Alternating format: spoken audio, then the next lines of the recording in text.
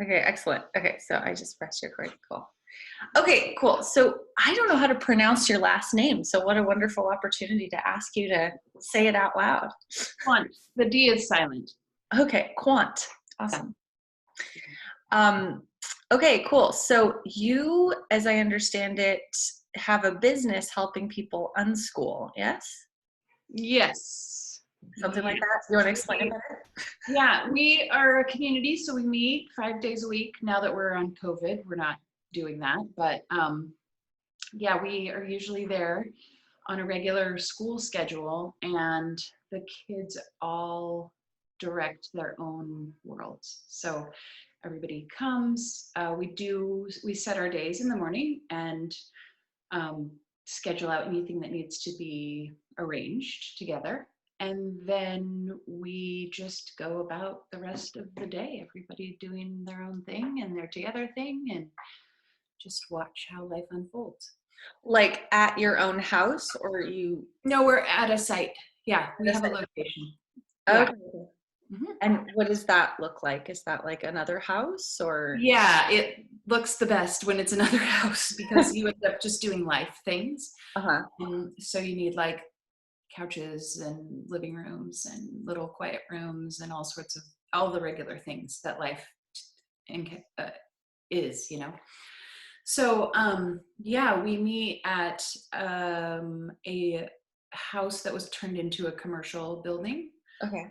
So it has almost everything. We've got, you know, we have to use a toaster oven because it still doesn't have the oven in it, but you would just want the best scenario is to have a home that everybody meets together in. And then we have like designated rooms, right? The big room is the community room where we have all of our group meetings. We do spawn, we call it, from Minecraft, where you go back every in the mornings, kind of get together as a group and set intentions and just build community and relationships. And then when in the afternoon, we come back and reflect together. Like, well, I wanted to do this project and this project. I didn't get them done. Do you need support? That kind of thing. So just touching base.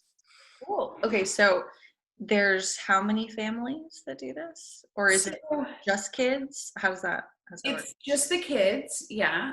The parents can come in. Usually we have one parent on site per day just to be available for different things because there's only 2 of us staffing. So having a third person and a car and, you know, those things is very helpful. So we do have the parents come for that, but other than that, it's just drop off. Okay. So like structurally, it could be viewed as a school. Yeah, for sure. Yeah, and many, we're an Agile learning community. Many Agile learning centers are actual schools. We don't run that way in California because the kids don't have freedom of their worlds. If you run as a school, you have to follow really strict curriculums and all these things. And then also in California, you can't attend a school if you're unvaccinated. So there's just, we wanted it to be available for the parents to choose what they want to do on that. So yeah, we can't. Even with like private and charter, would this be considered a public? Really? Oh, I didn't realize that. Okay. You cannot be in school in California with if you're not current on your vaccinations. And there's no exemptions. Nope. Nope. So we recently moved to Washington, and I had to, and I thought this was actually more than I wanted to go through. I had to get a doctor's note. Oh, right. To not vaccinate my child. And we didn't have insurance at the time. So I was like, okay, fine. I'll just pay like whatever. I'll get these stupid notes because I put them in school for the first time ever for a whole 6 weeks until COVID. That was funny how it worked out. Yeah. But I thought that was a lot. So that's interesting. Yeah. We've had to do that previously and, keep up to date that we have, went to a doctor and didn't vaccinate. But now we're not allowed to go to school at all if we aren't vaccinated. Oh, wow. Okay. Yeah. So it's pretty crazy. So we just didn't structure as a school because of that. Yeah. We wanted parents to have maintain their freedoms in that. Interesting. Okay. Yeah, there was a similar establishment that I looked into sending my kids to actually before I sent them to public school here.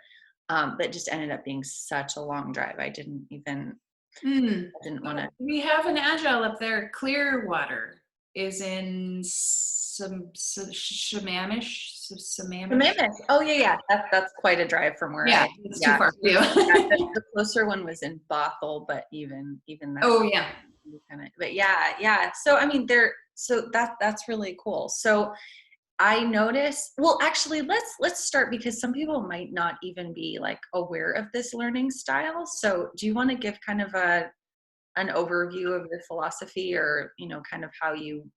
Yeah. So basically, we believe that children are people too. So they don't need another people to tell them what to do. Like just like any adult or any person that you actually view as 100% of a person, you would never dream of like requiring them to do a bunch of things. Like they get to choose what they do. And then also you trust that their choices are going to be what they need, that they know that best for themselves. So yeah, we trust the learning process. We trust that learning is happening all the time. So there isn't a problem with adults thinking that an adult isn't learning something or working on something that they need right then, right? If they choose to go out and get a massage, we trust the fact that they need that self-care right now. If they choose to go to coffee with their friend, we trust that that's what they need right now. If they choose to write a book, we trust that. If they choose to go to work, we trust that. Like there's all this trust happening with an adult where you're just like, yeah, pretty sure that they know what they need and we're going to let them do that, right? If they don't want to share their car with me, then we trust that like, okay, we're going to let you be you and have your car and you don't have to share it with me. So there's a bunch of things in adulthood that we just take for granted. And then we put this age cap on and we say, if you are from 5 to 18, you don't have that blanket of trust. We don't trust that you know when you need to drink. We don't trust that you know when you need to eat. You must follow all of these things. Also, we don't trust that what you're learning right now. We don't trust that you can choose those kind of things. So without that level of trust for kids, we've just like put in all of these establishments and this is what you do, and we just tell them what to do and then they do it, and it's kind of a bummer for them. Kind of like when we didn't think that the color of your skin, like if you had a dark skin, then you can't be responsible for land. You can't, right? Like for me, it's very much like we've just decided this feature about you as a human causes you to not be able to make your own choices. So, people used to think that about women. People used to think that about Blacks. People used to think that about all sorts of humans. And right now, they think about children. So the idea is that actually children know what they are working on, what they're learning, what they need, and they can make those decisions very well for themselves. And if you just let them continue to make those decisions, their life unfolds perfectly as it needs to, and they turn out really, really awesomely. They live amazing lives. They're super empowered. They understand how their life choices are. There's just a bunch of wonderful things that happen as a result because they've practiced how life goes. So when they turn 18, it's not like, okay, now you're an adult, you have to do all the adult things. It's like, well, of course, I've been making my own choices. I know how these operations work. I've owned my own things from the time I was little. I got to choose, like if I decided not to loan my doll to someone, then I got to see what the effects of that were, right? And if I decided to allow them to come in and join me, then I knew what that was going to look like. So there's just so many more life experiences that they've already had if you allow them to choose. So we just let them live their lives 100%. They create their days. We have 4 agreements on site. Respect yourself. Like, you have to speak up for yourself. You're the only one that knows what you need. And that's actually your responsibility. Your number one responsibility is to be who you are and like be okay with that. And then respect other people, respect the space, and respect the stuff. We open every fall with only those 4 agreements. And it works beautifully. So we come in and we have those 4, all the kids sign those agreements and say they are committed to doing those when they're on site with us. And then we come in, and at any point when you have 2 people in relationship, you're going to enter into conflict right away, right? So everybody comes in on the first day, everyone's like, yay, this is great, we love each other, no problem. And then the second day, you're like, wait a minute, I made this Play-Doh, I want the whole of it. And the other 6 kids are like, what? We thought you were making Play-Doh for us. And you know, you get the problems. So we have a community mastery board where we intentionally build our culture. So when you run into problems, you just write stuff on a Post-it note, like, when we do Play-Doh, only one person is getting to play with it, right?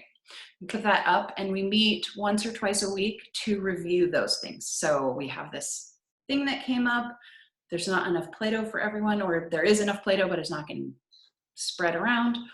And we talk about some ideas that might work to solve that problem, right? So anybody can stay to participate in that meeting, right? So with the Play-Doh, you're not going to have your teenagers stay for that. You're just going to have your 7-, 8-year-olds stay, your 5s and 6s. So they're going to stay, and they're going to throw out some ideas, right?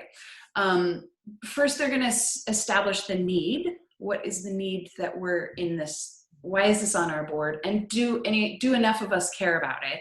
Is it something that is a community thing?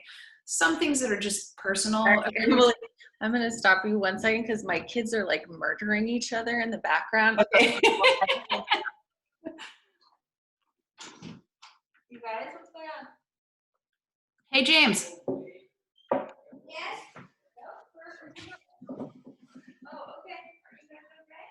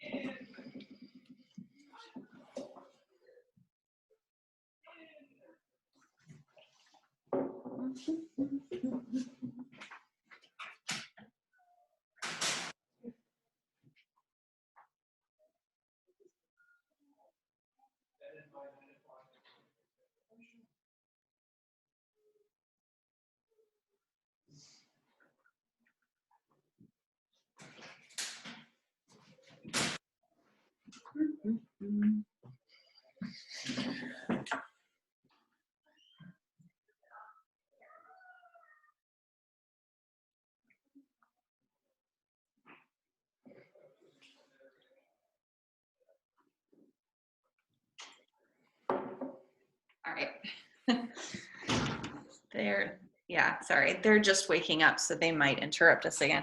That's fine. Okay. We know how that goes. Okay. You have your own community mastery going on. I do. Yeah, I used to I'm not sure I was ever very good at it, but I considered myself an unschooler. I think that I'm going to let you finish what you were saying, but I wouldn't talk about that first. Well, yeah, just with the relationships, it's such a huge thing to navigate. Any people being in a peaceful environment, right, where they all have the right to engage without being disturbed. So all of those things come up, and we just talk about, like, what is our shared need in our community where we're going to be all on the same page with this. So physical safety is obviously a really big one, right, that everybody can get on board with. Playing together is a really big one, right? Which is what you would have in the Play-Doh.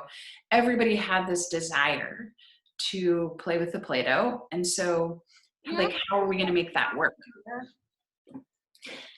So for that, like, sorry. I can set it up for you downstairs. You want to play downstairs? No, I'm there. Sweetheart, if you play it here, then I can't do my call. You can play it on the computer downstairs. But you're calling. Sweetheart, you always play it on the computer downstairs anyway. Does that work? After a little cut. I know. I think you just made that. No, I didn't. Okay. Can I set it up for you downstairs? I didn't. Yeah? Get it for me. Yeah, downstairs. Okay, I'm just gonna set up his game for downstairs. I'm going to get more coffee, so it's perfect. Okay, wonderful.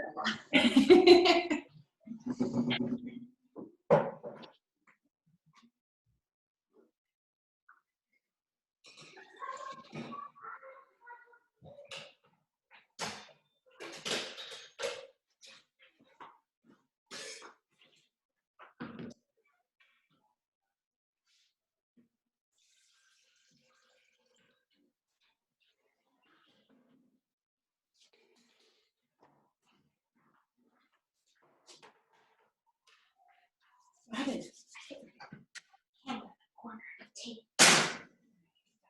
did that the other day. I thought it was going to have a bruise, but it just went away.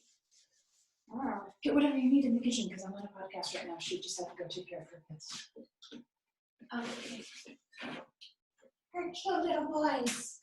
Cute little boys.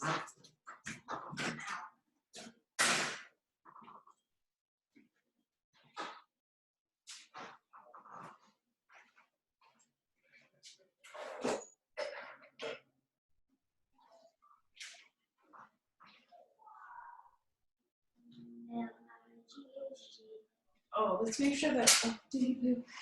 Where? Did he poo outside? You took him out? I didn't know. Oh, you can just tell by the time. It's 10 o'clock. He always does before. He does in the morning. Wait, take it with you. Look at this cute little face. Look at it. Look at it real good. Take that cute little face with you. Bye, cute little face. Have fun.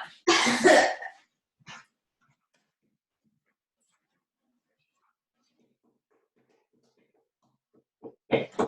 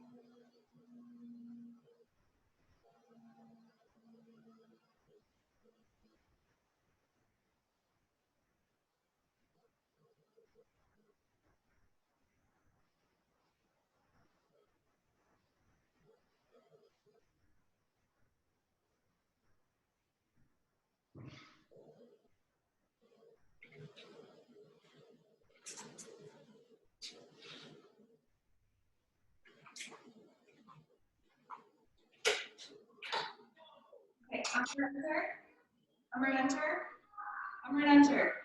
I'm on a call downstairs, so I put your cereal in a bowl and I have milk there. Okay? Okay.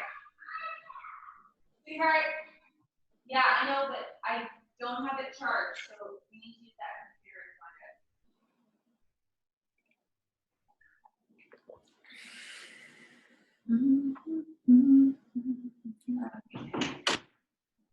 All right. I kind of wondered how this was going to go because it was going to be right when they were waking up. You're at that stage where I didn't ever plan anything until 11. Nothing can happen until 11. There's just too many variables. Um, so yes, relationships. Relationships. Yes. When you in like setting those needs of what everybody needs has been, it's so beautiful. First off, to acknowledge that like everybody has needs and everybody gets to express those and be valued in them. That's something that was kind of, I don't know, it was overlooked maybe in my own childhood, where you just do the things, these are the things that everyone does. I was homeschooled for the majority of my education, so I had a lot more freedom than a lot of kids. But just in our family structure, like you just, we didn't ever talk about the needs that people had. Uh-huh. Of everyone, right? Like it kind of was an age structure. Like if you're older, you just acquiesce to someone younger, and that's kind of that was just the rule. So Family. it didn't suit me very well because I was the oldest girl. Okay. So the younger kids thought it was great, but it was a little rough for the older ones. But anyway, so establishing those things where like some kids need to play with Play-Doh, and then other ones, it turns out, as you're in this process of why do you want to have the whole batch of Play-Doh right now? They're like, well, I'm the one who made it, so I should get to have it all, right? And so their need is maybe ownership or something like that. So then once you have that, like these people have this need, these people have this need, what's our shared need in this? And the shared need is really everybody wants to have Play-Doh. Right? So, okay, that's legit. Like everybody wants to have Play-Doh. Now, how are we going to meet those needs? And so these guys have their ideas, and they're like, well, she needs to give us our Play-Doh after she makes it. And then she, of course, disagrees with that wholeheartedly. We've already been over that on the Play-Doh day. But you come up with some other ideas like, okay, well, that's not going to work. We already tried that and it didn't work. What about some other ideas? Well, what if someone else made some Play-Doh for us so that she could keep ownership of hers? And like, okay, well, why don't you make just a small batch for you, and then we'll do something else with the others, right? And she's like, okay, great, as long as I get to keep mine. Then these guys are like, well, we don't really want to make the Play-Doh. Then you have to go find someone to make Play-Doh for you, right? So if this is our agreement, she's gonna make a smaller batch, she's not gonna share it with you, and so you have to get that facilitated for you, which is what we as staff are there for, right? Like, I'm totally fine with making Play-Doh for you. If you want to do that, I'm available, I can do that for you. So then they source their need and get that met. Or there's like 13-year-olds who are more than willing to share their Play-Doh skills with you. And so our new practice is so-and-so, when she makes Play-Doh, she gets to keep it. And these guys find somebody else to make their Play-Doh. And we try it, just try it for a week. Mm-hmm. At the end, then the next week when we check in, how did that go? And these guys are like, we hated it. Or the person that we found to facilitate didn't actually facilitate it, right? So we got no Play-Doh. And this girl's like, yeah, it was awesome. I kept my Play-Doh, played with it all myself all week, right? So if you have this, then we're going to try a new practice. Come up with something new that you need a new facilitator or whatever. Like it might turn out you have to make your own Play-Doh. Like if you want Play-Doh, you got to make it yourself. Whatever. We try that new practice until we get everybody with a thumbs up. So every week we're checking in, seeing how it works. And then once we get a practice that everybody is on board for, that's our practice until it comes back that it's not working anymore. And every single thing that comes up goes through that process. And it just solves every problem. I have a question about that. So could you just buy Play-Doh? Uh-huh. Yep. For sure. Yeah, whatever happens, right? Like if you guys don't want to make Play-Doh, let's just order some and then you'll have it. For sure. All ideas are on the table. Mm-hmm. Cool. So I was telling you, I think right after my son gave us our first break, that so I really loved this this educational philosophy a lot. I read up a whole bunch about it. I think I got really interested in it after I did my whole like free birth thing, and I realized everything could be different than the way we think it is. And I just really loved it. One of the things that I found really challenging was, I think as a parent, and you, which is probably why this system works so great, because it seems like you're actually facilitating it for the parents. You have to be very involved, I think, and be willing to, you know, be available for all these, like, I want to make a box for it. I want to, you know, and I'm like, I don't feel like making a box for it right now. Yeah. So a big piece is that everyone there gets to respect themselves first. Uh-huh. That includes you. Yeah. Yeah. You get to not want to play a box fort. That's your right and privilege as any adult or child or anyone. Doesn't matter what age you are. If you don't want to play box fort, you don't have to play box fort. Like, that just doesn't have to be. Right. So it's helpful to be in community, because then you have way more people to source from, right? Like, I don't want to play boxes. My big thing is I don't want to paint. No painting can happen. Like, and if I'm painting, then I want to be in painting, and I'm like really painting, and I don't want people messing with me. I don't want to be facilitating, like, no. And I don't want to clean up paints. Like, that's torturous to me. So I can't do that. So being in community, super helpful, because there's a ton of, 12-year-olds who want to paint and are totally interested in cleaning up paint. There's more people, there's other facilitators, there's all these things happening. So you get a much richer community, because people are willing to give on other things, right? So the 10-year-olds super duper are interested in taking a break from playing their game and going and playing a box with boxes. So when you just have I have two boys as well, and we've just got two boys doing potentially very different things and needing potentially different facilitation. And myself, like, I don't want to be doing any of those things. I like my adult reading things, and I don't want to be reading out loud kid stories. So, yeah, for us, it was super, super wonderful to be in community, because then everybody's doing the things that they want, and they have friends and community to do them with. And then there's enough facilitation happening where you feel like it's a pretty rich environment. But that's a pretty big thing. You have to hold space for yourself as much as you hold it for the kids. And that's sometimes hard. And then it really limits the things that they want to do, which brings us into like, okay, well, now they're just on their computers, they're just gaming 100% of the time, right?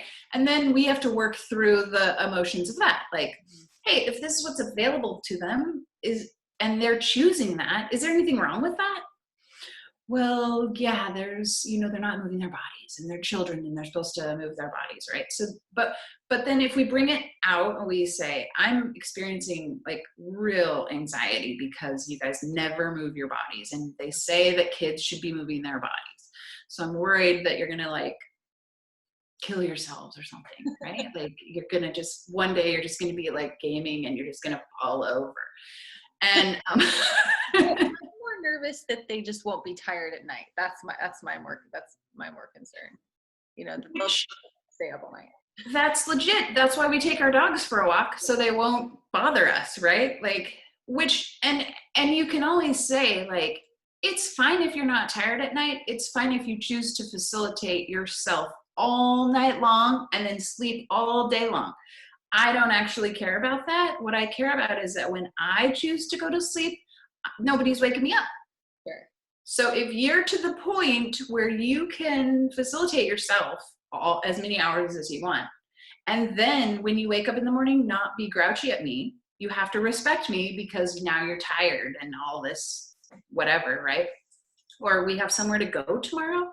Like, you gotta manage yourself then. You have to have your emotions in check, and that's rough. to do when you've been up until 2:00 in the morning.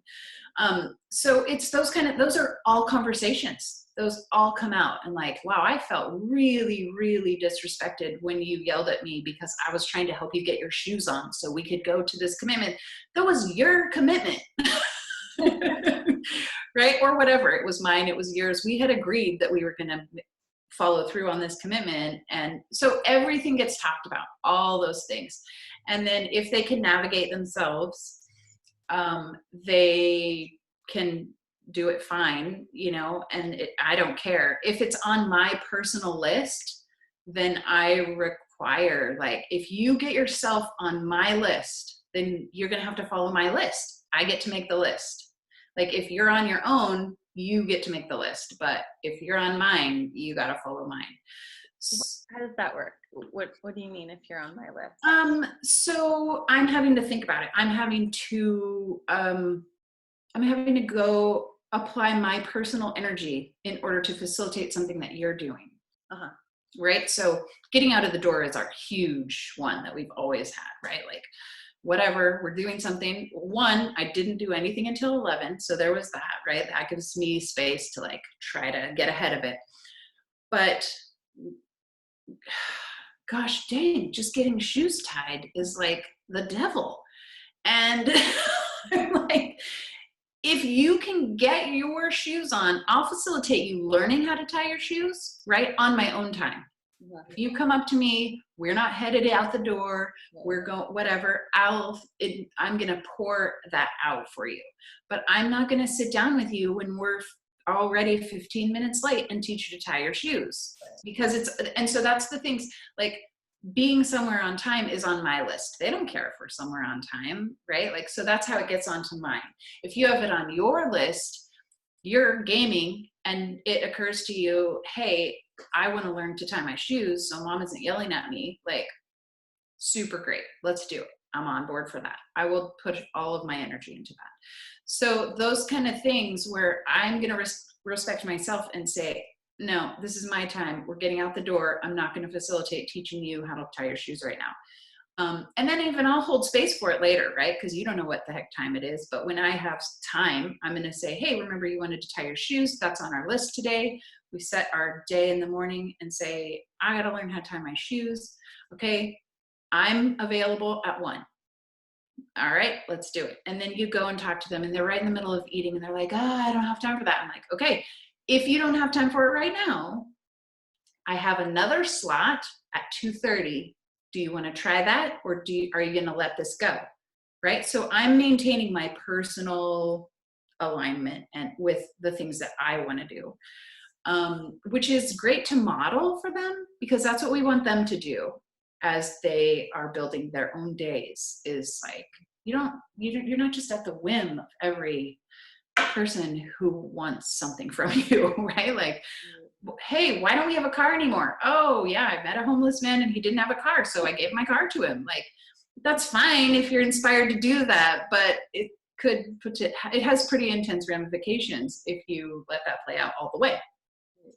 So I feel like that's something that we really need to model for ourselves, holding space for ourselves, because we want them to hold space for themselves as well. So yeah, and it makes it easier. I've noticed that you post these, like, basically post-it calendars on your wall. That's what it looks like to me. Can you explain that? Because I have no idea what that's about. I mean, I guess, but it looks like it's very helpful. Could you elaborate? Super helpful. So one of the things that we really love, Agile is a model that is well established. So if you do a search on Agile, the Agile model, it's used in software development, is where it came from. And it's an effort to, like, put all these people whose natural strengths might not be communication, like maybe engineers and computer programmers and all those guys, right? So we want to dive in, we're just writing code 100% of the time. But they have to interface with the graphic designers and the engineers and everybody, right? In not programming, but software development. So this agile model was developed in that world in order to facilitate everybody communicating and each piece being able to really integrate smoothly with the other pieces. So it turns out the pieces of a software development project are exactly the same as the pieces of any project and any connection point, right? If each one of those pieces is also a human, it works out well to interface this way. So, and the founder of Agile Learning Centers had a software development background and had used this in his workplace for years and years. And he thought his son was in a Sudbury school that he ended up taking over. And he thought that you could apply these same principles to small humans. So, and the projects that the small humans are working on. So he just tried it. Just went for a couple of years and was like, hey, maybe we can try this. So in Agile, you have Kanbans, which are just boards to organize things upon, right? So you basically, like, every single thing gets thrown up on those Kanbans so that you have visible feedback. So that's what the little Post-it notes are, right? Like, we're going to forget, I'm personally going to forget that you cared about Play-Doh until the next Play-Doh event happens, right? Yeah. The Play-Doh, I'm all in a tither because everybody's yapping at each other. But then as soon as that calms down, it's right out of my mind. Then we're in Play-Doh again a week and a half later, and I'm like, shoot, we needed to talk about this. That doesn't happen because it got written on a Post-it note. And now on the Post-it note, we have Play-Doh isn't getting shared. And so we've worked through that. And then, so we have one Post-it note that says Play-Doh isn't getting shared. We have another one that says what everyone needs. We all want to play with Play-Doh, not just one person. And then it has whatever idea we're trying for that, right? This is our practice that we're trying this week. And then we are going to throw that away if it doesn't work and put up a new one. We're going to throw it away until we get all those thumbs up, right? So that's what it is visible feedback. So that's how we do our community mastery board. And then once we have something that works and all of those are aligned, everybody's good, and we feel like it's just the way that we operate right now, we take all of that visible feedback and we put it over in a final column, which is like, this is just part of our culture now. This is what we do with the Play-Doh, right? Nobody really has to think about it anymore. We don't need to check in on it. It just is what it is. So visible feedback is phenomenal. It's like magic because you don't lose track of it. I'm super just distracted. I love new things. So I'm going to be all over the board. So it really settles like, okay, I can just put this on the board and now I don't have to think about it again. And our schedules for a day are also like that, and pretty much everything, right? Everything we have, we like to have that visible feedback. So our schedule at school, we do a set the week board. It's giant. It's like the same size as my cabinets back there, like all the way across. And each day has a column and then the times on it. So we're going to be doing this and then this and then this. It starts off empty, of course, and then well, we have an art teacher coming in on Mondays and Fridays, and so the things that are scheduled go on that. And then when you want to do your dance practice with the other people who are in your dance, you know that two people are also in the art class, so you want to schedule around that. So we just what I've been posting recently is we've transitioned that to our home because we're at home. Yeah. So I just set out all the times that are possible, and then we just put posties of what our commitments are. And then as we add new things, we can just see where the schedule is. And it does need to be big. It's just giant. It's a whole wall. It's taller than the kids. So in practice, like let's have a scenario where your kid wants to do XYZ. Can you kind of, and is there a place where people can like visually see what this would look like too? Yeah. My website, we have all the pictures and whatnot not on the website. We are freetolearncommunity.com, and then agilelearningcenters.org has just massive amounts of everything. And we really do, like, everything is visible. So we have boards like crazy. I mean, the first meeting that I went to where the founder came and he trained us and he's like, do you have whiteboards? I'm like, oh yeah, we got whiteboards, we're good. He's like, okay, I'll bring some. And like the number of whiteboards that he brought, I was like, what in the world is going on? And we used everyone and we needed more. And there's just no, like, I have in my house, I have one whole wall here behind me. I have stuff going on in the hall. We have stuff in the office. We've got just everywhere is our feedback. So anything that we need to organize, we put together in that way, because then you don't have to keep it in your brain. Uh-huh. And I love that. So is there a reason why it would be in your kitchen as opposed to in another room? Or there is, you just put it wherever, one, you put it wherever you have space for it. okay. Two, you put it wherever it's gonna, like, you're gonna see it. As for me, I don't remember stuff. So I want to be able to, like, walk past it as much as possible. So that's great. And also my husband is in the office, which is right behind us. And so he comes out of the office and can just add stuff to it or see what we're doing all the time. So it's just wherever works for you. And then if I'm sitting, I've been working here at the kitchen table a bunch since we've been on lockdown. And so I can just, like, turn over and read what my posties say without even having to move. Mm-hmm. So yeah, wherever is most convenient. I usually just put them where I personally am the most, because I'm holding space for the most things. Yeah. So yeah, wherever your body is would be a great place for it the most. Yeah. So. And so this is the sort of thing of, like, we need more bananas. The caster's broken on the dining room table, that sort of thing, or Potentially, well, for us, it's like scheduling things. just Yeah, but you would have another one that is like projects in process, right? Like, we need more bananas would be a great one.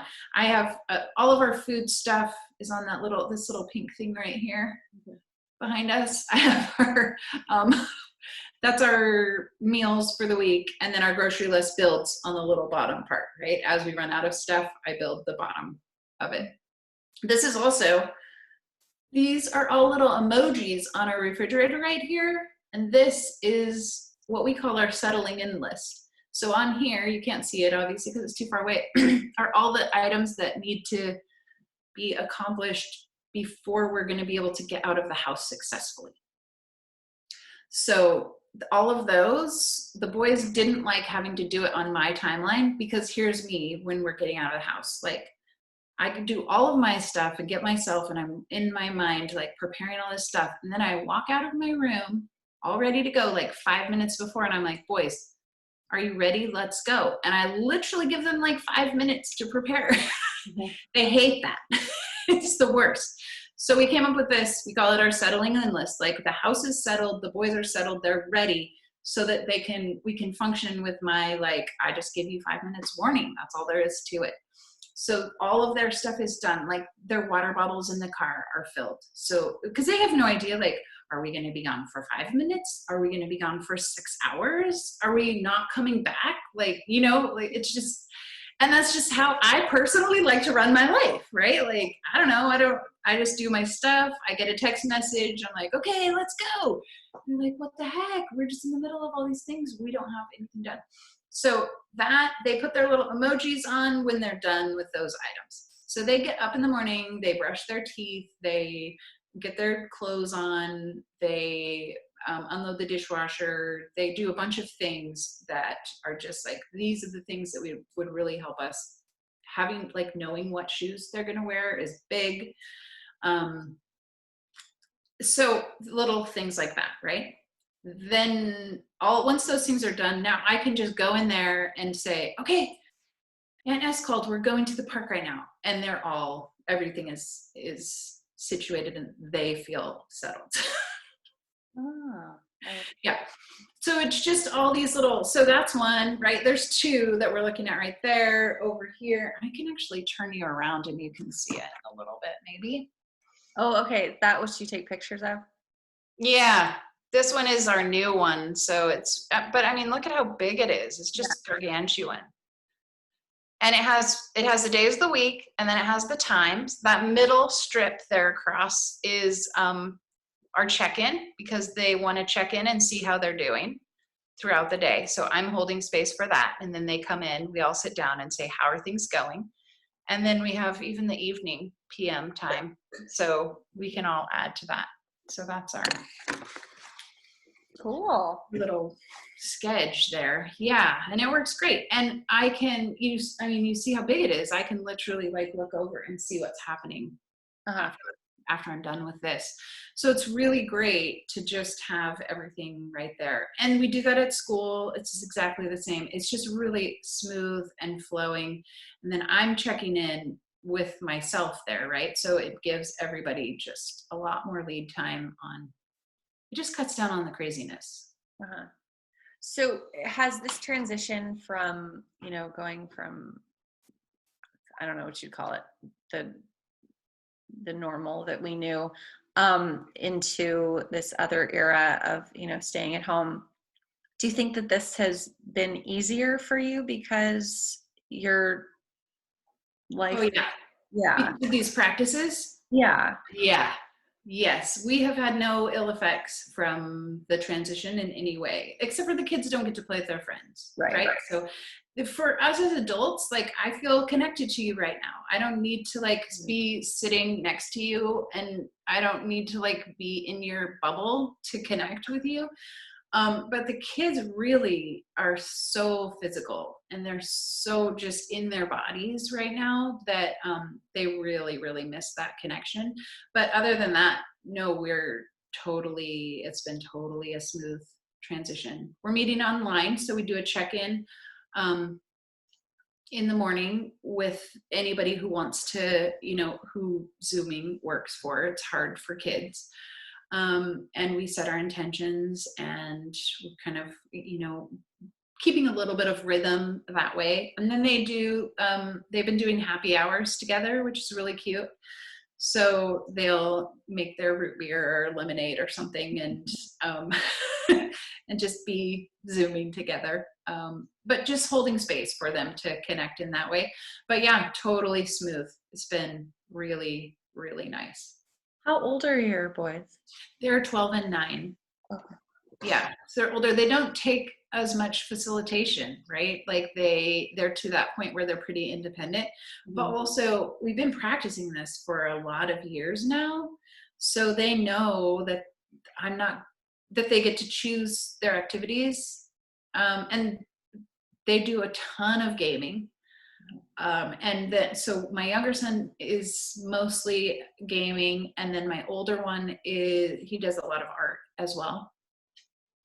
But they're on their devices just a massive amount of time, right? So I've had to do my own work to like figure out how to navigate that. And the reason that I allow them to be on devices is because I feel like they're learning, and it's growing it's good for their brain, and they're developing, right? But also I want to nurture their bodies. And if their body isn't healthy, their brain isn't going to be functioning at the capacity that it could be. So we've been in conversations, right? We actually have steppers, under desk steppers that we can step on. We have 3 of them in the house. So under this kitchen table right now, see, I could just start stepping right now and just be. What is that? It's like it's a little like elliptical machine. Oh, okay. Just a tiny little elliptical machine under your desk for people who are sedentary. I'm personally a sedentary person. Yeah. All of my favorite activities are sedentary. Like I love to read. I love to research. I love to communicate with people online. Like I'm a sedentary person, and that's my favorite thing. So I didn't want to get rid of any of my favorite things, but I also want to respect my body. So I got myself a little stepper for underneath my desk last night. I hadn't closed my rings on my, I have an Apple Watch and it tells you how much you're doing. And it was time for our movie night. We do a movie night on Sundays and I hadn't gotten my movement in. So I just pulled the stepper out to in front of the sofa and I was just watching my movies, step, step, step, step. Like my heart rate was almost 100, almost the whole time we were watching the movie. Okay. Just, I was doing my favorite thing, hanging out with my family, but also at the same time, keeping in mind, like, well, I guess my body does count and need things.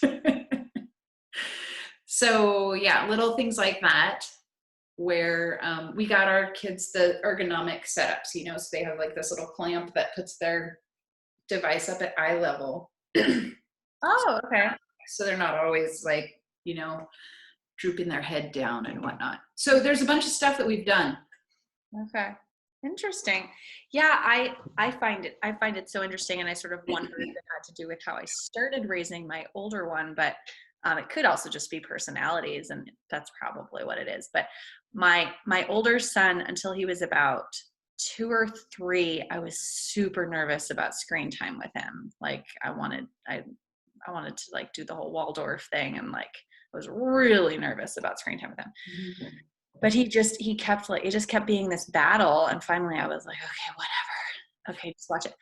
So then with my second, who came in when the older one was 3.5, I was like, I had listened to enough of the unschooling podcasts and read the books and whatever that I was like, let's just see how this works. So my older one will do so much more. Like he'll just get really immersed in watching, and will spend an entire day and not break. Mm-hmm. And my younger one, I can't get him to sit down in front of something for more than like an hour. That's harder to facilitate. So he's like, he wants to do Play-Doh and paint and, play Mickey with me and Legos and, all this stuff. So I find that really interesting because, yeah. It's turned out that way. Yeah. Yeah. So. Yeah. And you just never know. Personalities are so different. That's why it's so beautiful to be in community, because both of those are completely nurtured and facilitated, right? And so we can all just be doing the things that we really want to do, and there's people that are available to do them. So it's much harder to facilitate unschooling just as an individual family. For me, the richness of the experience is just so much less. Every kid who comes in, every new family that we get is like so valuable, because everybody's different, everybody's doing things, they're exposed to things that they would never have even thought of, right? Like, oh my gosh, and it turns out they love doing that, which they had no idea about. Yeah. And I certainly don't love doing that, so I would have never exposed them to it, okay? But they do, they get such a great experience being in community together. So for me, I mean, it's the only way to go. I love unschooling so much, but the fact that it can just be so much richer is amazing. Yeah. Yeah. There's one of mine. He's getting his lunch. This is, Jamesy, when you pull your lunch out, hold it up for the camera. This is one of the things that like facilitates my craziness. I make all of our lunches on Sundays. So in my lunch right now, there are 12 lunches. So that when I say, like, a half an hour before lunch, okay, we're going, and I'm not going to be hungry until 4, right? But turns out the children need them. So there's this whole day's worth of food all in one bag. There it is. Yogurt, oranges, cucumbers, hot dog, everything's in there. Pirate's booty. Oh my God. Snacks, protein, carbs, everything. Veggie. That's hilarious. Yeah. I think I could, I don't know, personality wise, I'm like, I could never get my kids to decide or what they're going to want to eat for the next 7 days. Maybe. Well, So then when they get stranded and I didn't get hungry until 4 o'clock and they're like, Mom, I'm starving. I'm like, okay, we're going to go get food really soon. Right. They would much rather have food than not food. So it is personality wise, right? Like I'm not gonna, and it's just that we've been in these tight spaces so frequently that they're like, oh, it's fine. They do really like the same. They switch it up every week, but they're pretty okay. Like that yogurt, they found those yogurts and they've been eating those yogurts probably for, I don't know, this is probably our 3rd month where they wanted those yogurts every single day, every single week. Same yogurt. They're just like, yes, we love it. It's great. Put it in. So, but then, it switches up. I pretty much get them the same like veggies. There's not a huge amount of veggies that transfer that you can store in a bag. So they have limited things, but when it's different. But I think the alternative for them is like not getting fed properly. Right. Well, yeah, so my system, it isn't quite so organized, but they basically, they have access to their plates and their bowls and their cups. And then I have a snack pantry and then all the fruit is just out. Perfect, right? They're kind of used to, and so if they want something else, then they just ask me. Nice. Yeah, I used to have a system similar. I would feed them kind of like you feed a cat, where they would, because they were always hungry at different times, right? Like depending on what time they got up. We're pretty regimented in our schedule now because that feels really good. And with going to school at a time every day, we have a bedtime they set for themselves. And then we do keep a more regimented schedule. But before we started Free to Learn, they would just stay up with us until late and then wake up late. So I never knew like when they were going to be hungry or what food they needed. So I would just make their food in the morning and just leave their plate out. So they would just have plates of food on the counter. They would just be at the table all day long. My poor mother would just have a conniption fit. She's like, why aren't you cleaning up this food? I'm like, there's still food on there. They're going to eat that next. That's like, what is Sandra Dodd? Did you ever read her? Yeah. She called them monkey platters, I think. Yeah. Yes. I always called them cat food. You know how you just pour your food into the cat bowl and it's just there and the cat eats whenever it wants. That's exactly right. And it's just for ease for myself, right? Like I just don't want to be thinking about food every time you are hungry because a little kid gets hungry at random times. Like they need snacks and oh Jesus, just too much food for me. Entered the oldest's main complaint about having to go to school was that they don't feed them enough. Like when he's hungry, he has to wait for like a designated time to eat. And I was like, wow, but it's interesting because I feel like the experience of him going to a school made him so grateful for because he had no basis for comparison. Were your kids ever in school? They haven't ever been in school, but they do have like, I'm pretty willy-nilly mother. So they are aware of like things can go really wonky and not to your benefit. Right.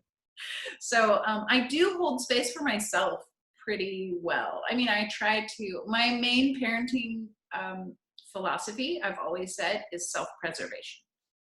So I just feel like they're going to be happier humans if I stay in a happy space.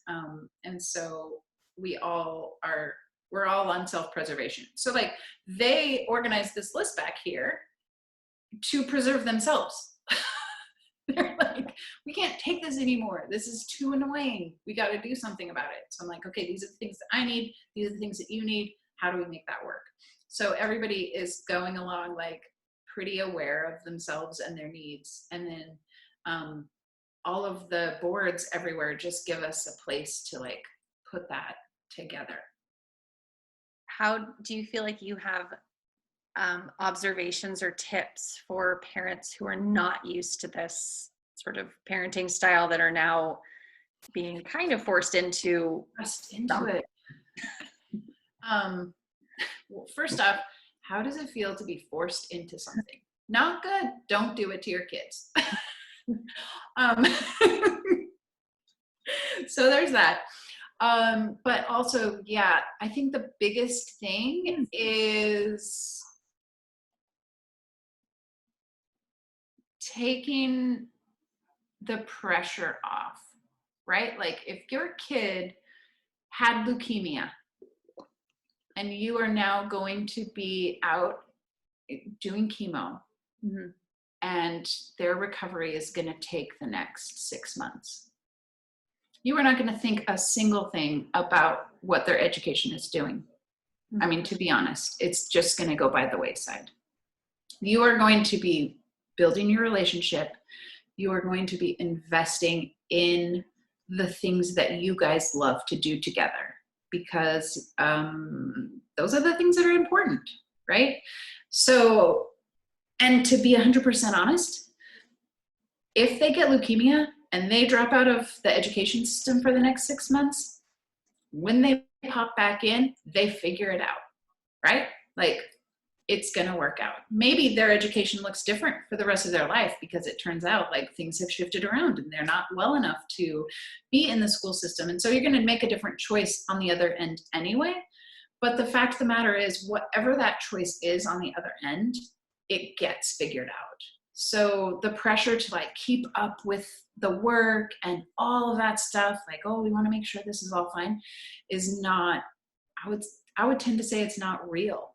Mm-hmm. You make it as real as you want to make it. But if you were in a different situation, you wouldn't make it real. And you can choose that path as well. So just to like let off the pressure and ease those things, right? Like be in relationship, be there for your, like, it turns out kids are really stressed about this. Like they don't get to see their friends. They don't get to be in proximity with them. They're missing this huge piece. All the relationships that they have really invested a lot in are just all of a sudden gone. They don't know what is going to happen on the other side, right? Like we can kind of rationalize what's happening, but they're dealing with all those emotions. And we really, like, the more that we can take the pressure off them and just say, hey, what do you want to do today? Like, what would make you feel really awesome about the way that you lived your life today? The more that we can do that, just the better. You know, how can we nurture them and create a space where we're all feeling like we're thriving? And it's not like we don't have to produce anything. And just, if you can keep in mind, like, you don't have to produce anything. I work with these kids, no production is happening, and they live amazing, incredible, wonderful, phenomenal lives. They turn out beautiful on the other side, and they know what they want, and they've practiced it. And so if you can just give them this time to like practice, what does it look like if you play games all day? If you wake up, you're lay in bed and you're just on your device all day long until you go to bed, like, how does that make you feel? Do you feel good? Are you able to be cranky or happy the next day? Like where are you at? What are you with your body? Where are you at with your mind? Like, where are you at with your relationships? Did you miss coming out and giving me a hug in the morning? Because I missed that, like, you know? So there's all this learning that could happen. And it looks different than the learning that's in our traditional schools. But I would posit that it's actually much more valuable. So, you know, how much do I wish that, I think as adults, we're, you know, we're on Facebook scrolling and scrolling and scrolling until, you know, midnight, and then we're waking up groggy and just living on coffee. Like, it would be nice if we had the freedom to just observe that. Be like, no, we get to do that. Like, let's just observe and see how it feels, and check in with ourselves. Mm-hmm. And so if we can nurture that with our kids at this time and really put aside the producing element, man, it's really beautiful to see and to observe life in that way. So that would be my biggest thing, is like, test out what kind of people are they, and don't judge them for the people that they are. That's really beautiful. Then that's a lesson. That's sort of like the teaching the man to fish rather than giving him a fish kind of lesson, because the variables are always going to change. You can't just give your kids, hard set rules about everything, Right. So they need to know how to do that observation and that non-judgment and figure out what's best for them. So I love that. Yeah, and all of us, I mean, we hate that. We hate when people are doing that to us, but we don't think a second thought about doing it to our kids. And, just if you could just let that not be a part of life for a little while, it's really, really, it is really beautiful. And kids are amazing. They do amazing things. And it's so fun, but it takes a while for them to trust that you're not going to judge them for their choices. And, I was just talking to somebody who's in education this week, and he was talking about the suicide reports. Child suicides have gone off the charts for this lockdown. Oh, wow. And I said, as I was thinking about it, I'm like, you know what, as a culture, we don't value the choices that children make. We actually have decided that you don't get to make a choice because your choices are going to be so bad. Like, if we let you choose, you won't survive. And so that cultural belief that we have, where your choices don't matter, the things that you want to spend your time on doesn't matter. It has no value. And we're going to coerce you into doing something else. And I feel like that really is coming to the surface right now, at least when they're at school, they can kind of go over here and their choices don't matter, but then they get to come back home and, the parents are going to try to get them to do their homework and whatnot, but they get a little break, right? Like, so they can kind of navigate like the emotions that must be going on when what you want to spend your time on is not of value in your culture. Like, that's pretty rough. And so now they're just in this pressure cooker of like, the parents are there trying to get them to do this, and they don't have any friends to like offload those emotions with now, whereas maybe they were getting some support from the parents. Now the parents are trying to force them to do this other thing as well, right? And it just feels like such a pressure cooker for, you don't matter. What you want is a fail. Yeah. And that's just got to feel so bad. It's got to feel bad. And then now they don't have any outlets to offload those, emotions that would come up if what your choices weren't valued by your community, by your culture. It seems so rough. It's a heartbreak. It's a real heartbreak. Yeah. Well, on that Just let the steam go off. I think that's great. I mean, that's kind of the other, the other side of the coin of no freedom, to kind of what you're trying to do, I think, or what you're doing, which is to give kids that freedom. I think that one of the objections that I hear a lot is sort of a well-meaning one, where parents just don't feel like their kids just aren't going to turn out right. Yeah.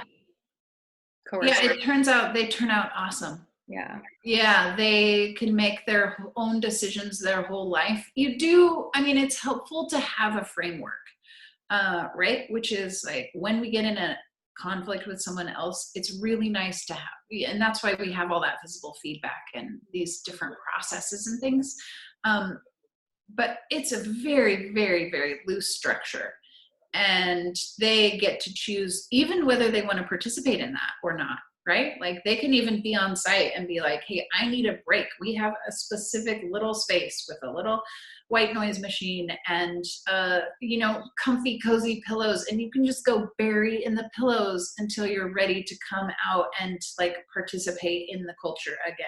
Mm-hmm. And that's perfectly an acceptable need, right? It's like, I just can't keep any agreements right now. I need my own space, right? So we just want to make sure everybody's safe, and you're not keeping your agreement to keep other people, their bodies safe and whatnot. But yeah, if you need to take a break from life, and I feel like that's what this is like, what it can be is a break just to be you, and just to experience you, and just to be all, that is inside of you.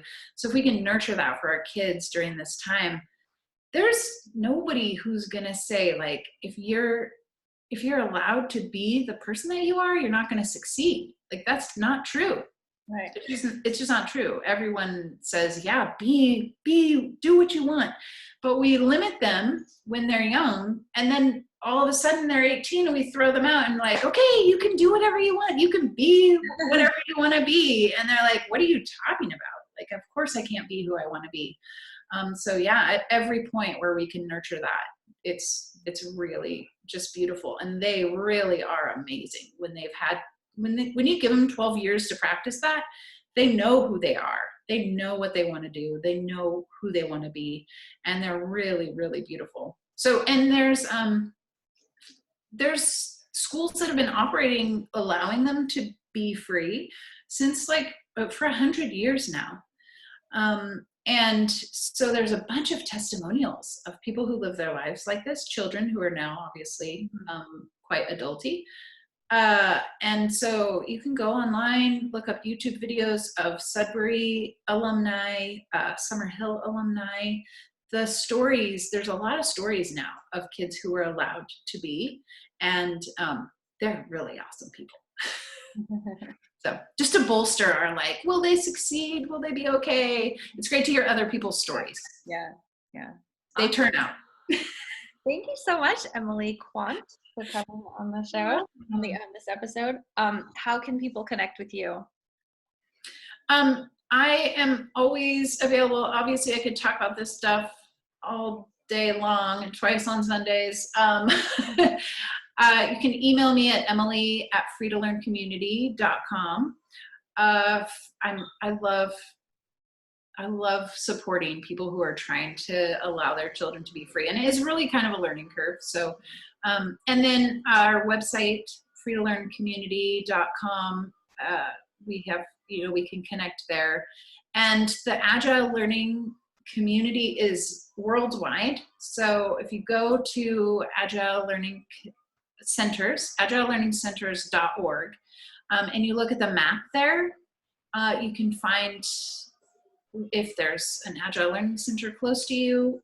Everything is open source. That's how we started ours. So you can start one. Like if you want to start one for your kids, you can. The support network is amazing. We have trainings all over the world every summer, some winters too. So, I mean, it's just a huge, huge, beautiful network of people who believe that children are people. And it's really great. We have support calls. We have just huge amounts of help in that. So yeah, there's lots of resources. Just connect in. It's really fun. Awesome. Okay. Well, thank you, and have a great quarantine day. Thank you. I will. Bye.